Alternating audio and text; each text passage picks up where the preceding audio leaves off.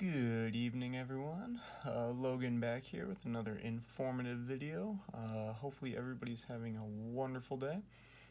Today I wanted to go over a submaximal treadmill test that you can use to estimate somebody's VO2 max. This is not a test that was designed by a specific I would say governing body, an individual. It's actually fairly simple, and we're going to go through the technique here. So feel free to at any point kind of pause the video to go over things, to clear things up. But I wanted to first kind of just go through some basic kind of housekeeping things. So for equipment, all we need is a treadmill that has an adjustable grade as well as speed, and that's usually standard on treadmills, but the grade's really important, and that's kind of gonna give us a varying intensity. And then also a heart rate monitor. This is just optional though. When I did this, I actually didn't use a heart rate monitor. I just palpated my carotid artery, and that's actually how I measured my heart rate. Was just the 15 seconds palpation of the carotid, and then multiply that by 4. So that works for me. You know, if you don't want to have to worry about that or don't think you can do that accurately, definitely go for a heart rate monitor, but realize that there is potentially some error with that, especially if you're using one that's on your wrist. So I'm gonna keep moving along here.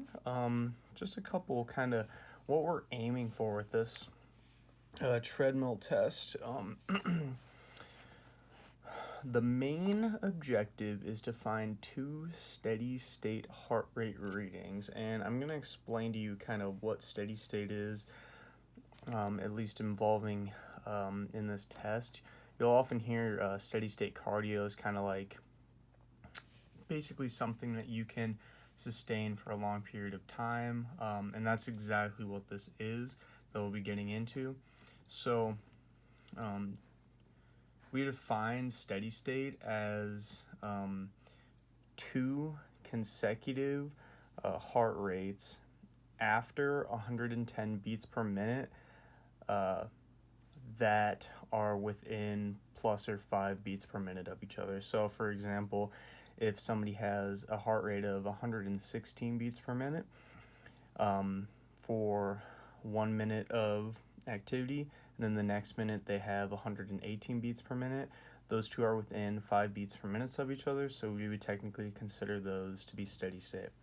Another important factor when talking about steady state is that the workload must be run at least 3 minutes, because that is the point after working at a given intensity that you actually reach steady state. So when we're doing this, we're going to be basing our decision to go to the next level on what our heart rate is after that 3rd minute compared to the 2nd minute. And I already mentioned that, yeah, after the third minute of work at a given workload, if the beats per minute are with plus or minus 5 beats per minute from the 2nd minute, steady state has been reached. Simple enough. So that's kind of what we're basing and going for with this test. So moving on, we have the pre-testing checklist, and the first thing I want to mention is medical clearance. If you have any kind of pre-existing cardiovascular issue, renal dysfunction, metabolic disorder, definitely get medical clearance before doing this on your own. And honestly, if you do have any of those issues, you shouldn't be doing something like this on your own anyway, before receiving medical clearance, of course. So just to kind of cover myself and cover you guys, be careful. If you're a healthy individual, you shouldn't have any concerns about this, especially since it's a submaximal test. And something else you'll have to do is get heart rate numbers for yourself. So what this is going to be is finding what 50% of your heart rate max is, as well as 85% of your heart rate max, This is going to be important because those are kind of the two barrier numbers we're looking for when it's our when we're doing our testing. So if you are reaching 85% of your heart rate max, you're getting very close to anaerobic threshold, and at that point it's no longer a submaximal treadmill test, and it'll greatly skew the answers. We're basically going to kind of scrap the test because it's not going to be useful anymore. So yes, and I will show you kind of how to do that on the next page. And then you'll need a data collection sheet, and both these things, both the heart rate and the data collection sheet, I'm going to show you on the next page kind of what that'll look like. All right, so we are on to the next page of information. So this is what a general data collection sheet will look like for this, and I'm going to kind of walk you through this. So it's really simple, and this was actually information that I made for myself. I wrote all this down as I was administering the test on myself. This is not usually how you would do it, and there could be some potential error in doing it this way. So ideally you'd be doing this for somebody else, so they'd be on the treadmill and you'd be getting this information.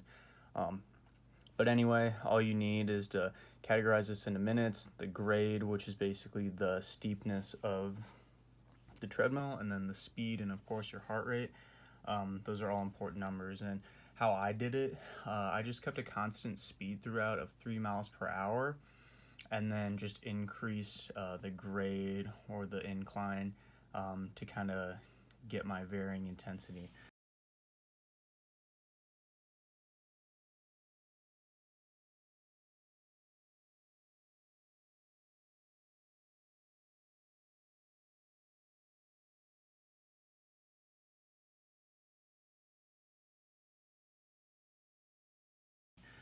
As I mentioned before, you'll need to do some math beforehand on your heart rate numbers. So to begin with, and I actually forgot to mention this, you're going to use the heart rate max calculation formula.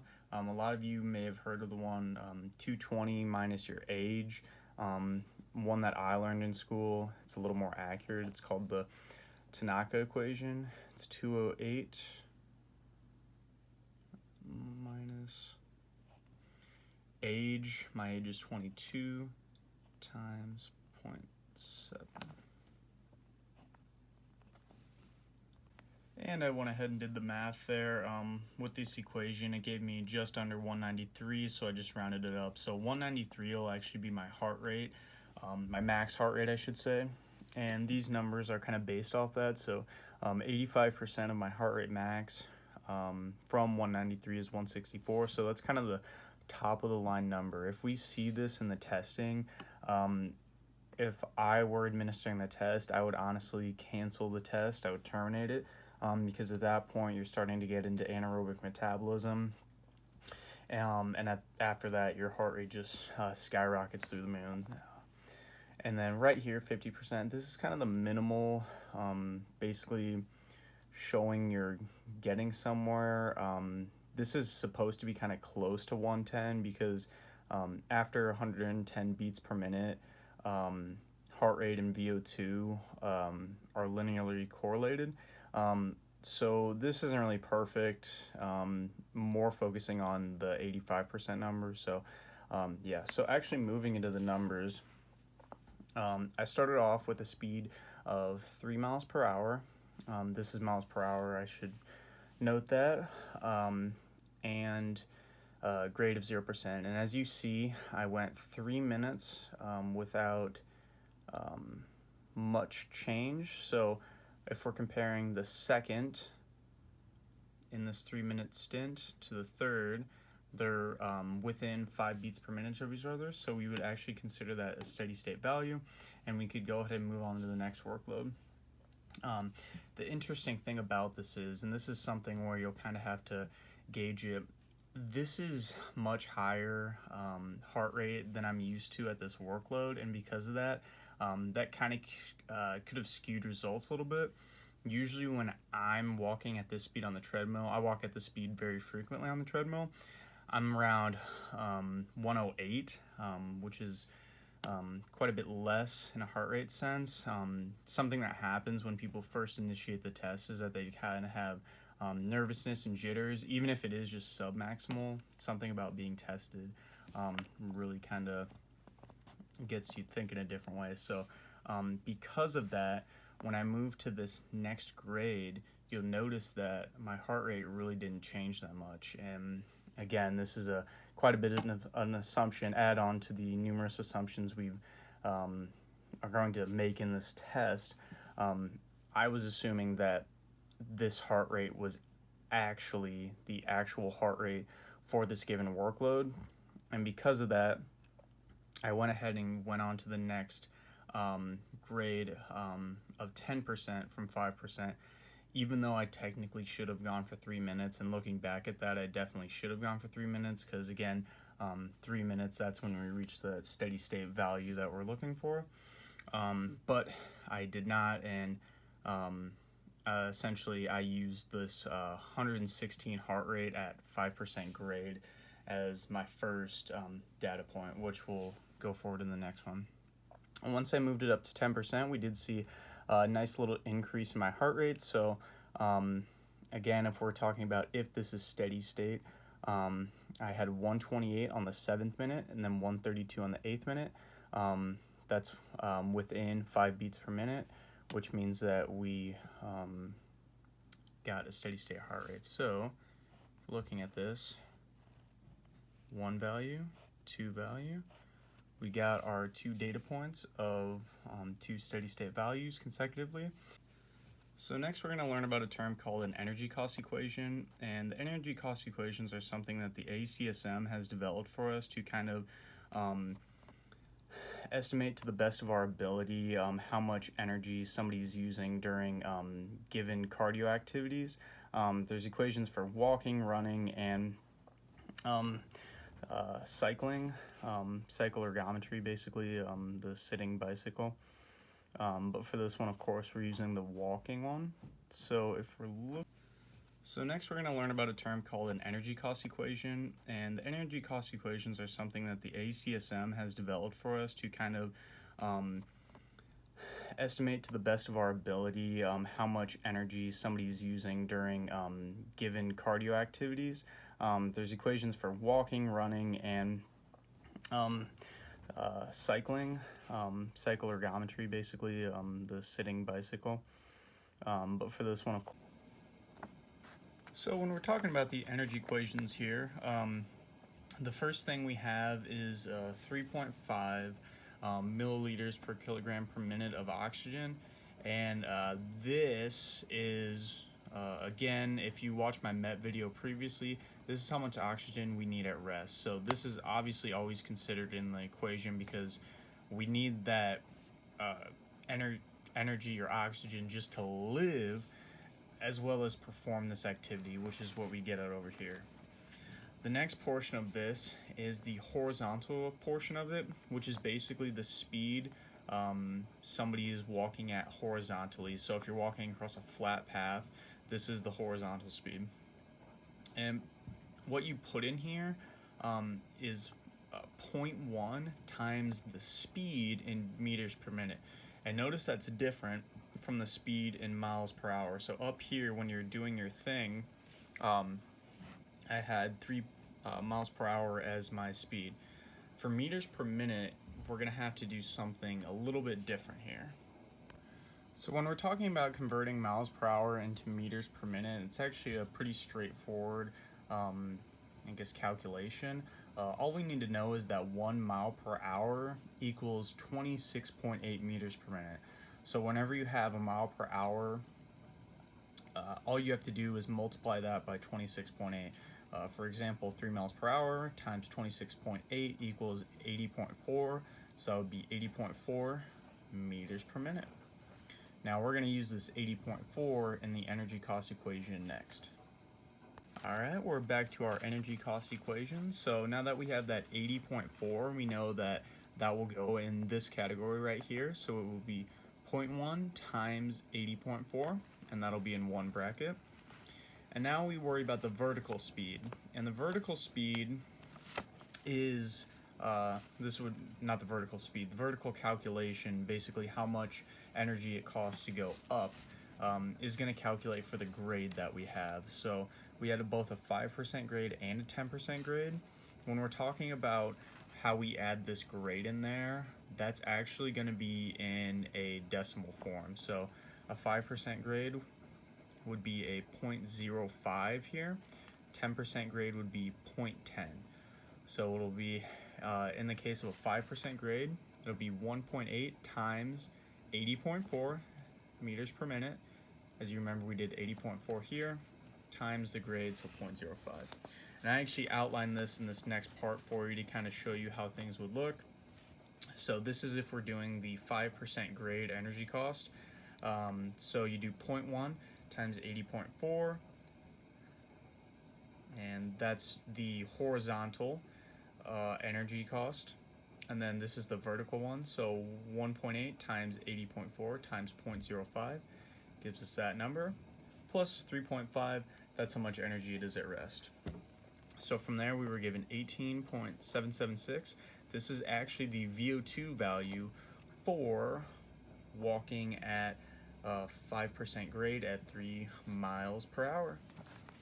So if we remember here, VO2 is actually expressed one way, milliliters per kilogram per minute of oxygen.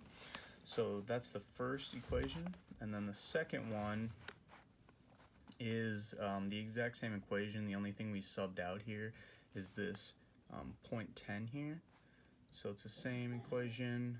All we needed to do was add that 0.10, which bumped up this number a little bit and gave us 26.012. And again, milliliters per kilogram per minute.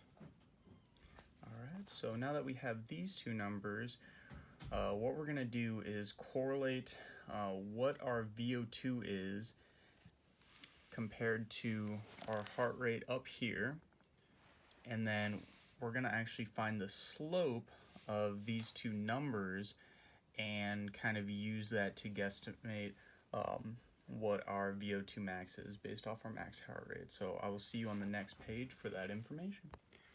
Alright, so as I mentioned on the previous page here, the kind of culmination of this activity is to use the data points given from our heart rate and our VO2 numbers, create a slope from those numbers, and then use that slope and our heart rate max to estimate what our VO2 max is. So if we look at this, the VO2 is graphed on our y-axis, and our heart rate is graphed on our x-axis here. So I kind of just, this obviously isn't perfect, but I wrote down the 116 heart rate. If you remember, that was the 5% grade we had, and the VO2 was 18.8 for that given heart rate. So that made a data point right here. And then we had a 132 heart rate at the 10% grade, which gave us a VO2 of roughly around 26. So from this info, we're actually going to try to find right here, if you remember, rise over run is slope. So we're trying to find this slope here from doing the rise, which is our VO2 value, over the run, which is our heart rate value. And once we have that, we can kind of go out in space and guess based off of our heart rate value what that VO2 value will be, VO2 max value. So that's kind of the framework process here. So to begin, we need to find our slope. And as I mentioned, that's rise over run. So we're going to take our higher VO2 value, which was 26.012 minus the 18.776 value. That gives us 7.236. And then we're going to take the highest heart rate value from that VO2, which was 132. Minus 116. So if you remember, the 132, that was the heart rate for the 10% grade. 116 was the heart rate for the 5% grade. Once you get that, you simply put them over top of each other, divide them, and we got a slope here of 0.45225. So this is an important number, something we have to take into consideration. And after we have that number here, we can finally plug in all the information we've gathered into our VO2 max equation. So the VO2 max is going to equal the VO2 final, which is, when I say final, that is this number up here. The highest VO2 that we found at our submaximal workload. So the 26, which was equal to the 132 beats per minute. So that'll be plugged in first, and then you add that to your heart rate max, which is 193, minus heart rate final. The heart rate final is the same heart rate attached to that VO2, so 132. Then when you get that number, you'll simply multiply it by your slope. So I did the math down here. So 26.012 plus 61, which was the what those two numbers subtracted to, and then that number times the slope plus 26.012 gave us this.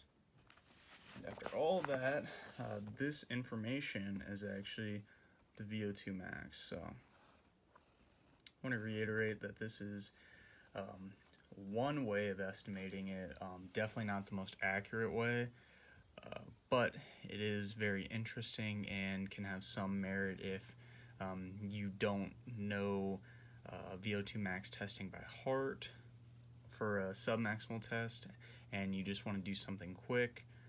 This is something that you can do. So as I mentioned numerous times throughout the kind of making of this, there are multiple errors that could happen, and I wrote down a few here to just kind of describe what might happen, but there is probably a few more I didn't consider. These are just kind of what came to mind at the time.